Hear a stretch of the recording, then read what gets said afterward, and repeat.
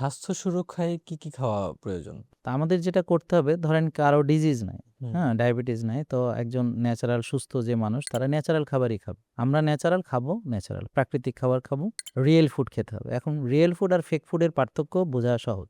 যেমন ধরেন আপনি বলতে পারবেন যে একটা মুরগি ধরেন দেশি জাত, হুম, হুম। তো সে ধরেন নিজের খাবার নিজে সংগ্রহ করে, হ্যাঁ, তারপর খুঁটে, খুঁটে সে খাবার খাচ্ছে, হ্যাঁ? রোদেও যাচ্ছে, ছোটাছুটি করছে, হ্যাঁ? আরেকটা মুরগি ধরেন তার জন্ম কোথায় হয়েছে? ধরেন আমাদের যেমন এতিমখানা আছে না?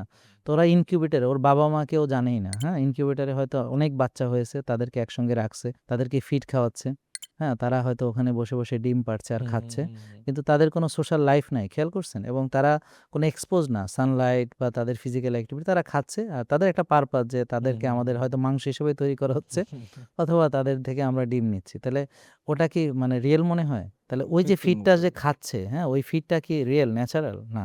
এবং যেই খাবারগুলো আমরা খাচ্ছি এর কনসিকুয়েন্স কি? ঘরে, ঘরে কিন্তু সবার ওষুধের দোকান আছে। মানে নিজের বাসাতেই দেখেন হুম, আপনার হুম, একটা হুম। ফার্মেসি আছে না? ছোটখাটো আরকি, ছোটখাটো একটা হ্যাঁ? ফার্মেসি তো থাকে। ওই ফার্মেসি সবার বাড়িতে আছে। তার মানে হলো আমরা কম বেশি সবাই অসুস্থ।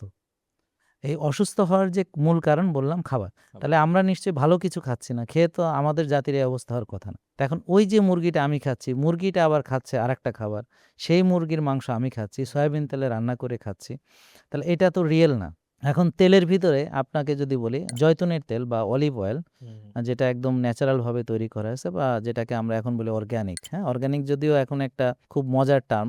অনেকেই অর্গানিক লেখে কিন্তু অরিজিনাল অর্গানিক কাকে বলে সেটা জানেই না অনেকে, হ্যাঁ? তো সার্টিফাইড অর্গানিক মানে হলো ওই যে জমি, পানি, বাতাস, ওই যে বৃক্ষ, ওই যে ফল সবই কেমিক্যাল মুক্ত এবং আদি পদ্ধতিতে আদি করা। পদ্ধতিতে। এবং এখানে কোনো কেমিক্যালের সংস্পর্শে আসবে না। ফসল নষ্ট হয়ে গেলেও কিছু করার নেই। তো ওই তেলটাকে আবার সেন্ট্রিফিউগাল এক্সট্রাকশন পদ্ধতিতে কোল্ড প্রসেসে প্রসেস করে first cold press extra virgin, জি। এইটা হলো অরিজিনাল গ্রেড আরকি, যেটা জয়তুনের তেল। এখন ওই জয়তুনের তেলটাকে আপনার রিয়েল মনে হয় না? আর যদি সয়াবিন তেলের কথা আমি বলি হুম, হুম। বা সানফ্লাওয়ার বা যেকোনো সিড অয়েল, সেটা হচ্ছে যে হাই হিটে, হাই প্রেশারে হেক্সেন দ্বারা এটাকে এক্সট্রাক্ট করা হচ্ছে, হেক্সেন দিয়ে। হেক্সেন কিন্তু ওই যে আমরা পেট্রোলিয়াম জাতীয়। হুম, আমরা ডিজেল, অকটেন ওইটা হেক্সেন, হ্যাঁ? একই গ্রুপের ওরা।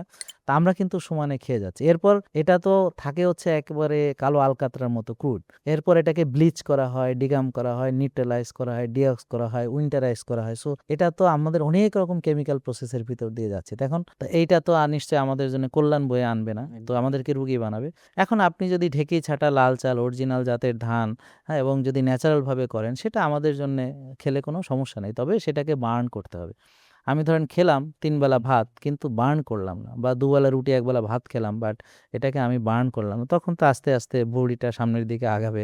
ডায়াবেটিস বলবে, "আসো, আসো।" হ্যাঁ? এরকম। আমাদের উচিত হবে যে খাবারগুলো ন্যাচারে পাওয়া যায়, যেমন শাক-সবজি ন্যাচারাল, সেটা অলিভ অয়েল দিয়ে আমরা রান্না করতে পারি। পিঙ্ক সল্ট ব্যবহার করলে ভালো। অনেকেই সল্ট নিয়ে কনসার্ন। তা আমার কথা হলো আমি কি লবণ বেশি খেতে চাইলেও পারবো? পারব না। তো যে জিনিসটা চাইলে বেশি খাওয়া যায় সেটা হলো যে fast food, processed food, pizza, burger, sandwich ইত্যাদি যেগুলো আছে, হুম, হুম, হুম। সফট ড্রিংকস, হ্যাঁ? এগুলো আমাদের এভয়েড করতে হবে। দেশি মুরগি, দেশি মাংস, দেশি মুরগির ডিম, তারপর সমুদ্রের মাছ, হুম, হ্যাঁ? হুম। ন্যাচারাল যেগুলো আছে, হ্যাঁ? তারপরে যদি ভাত খাই তাহলে লাল চালের খেলাম আরকি। যারা ভাত খেতে পারবে, হ্যাঁ? যাদের কোনো ইস্যুস নাই। এগুলো হচ্ছে স্বাস্থ্যের জন্য ভালো এবং আমি ব্যায়াম করলাম, আমি সঠিক সময়ে ঘুমালাম।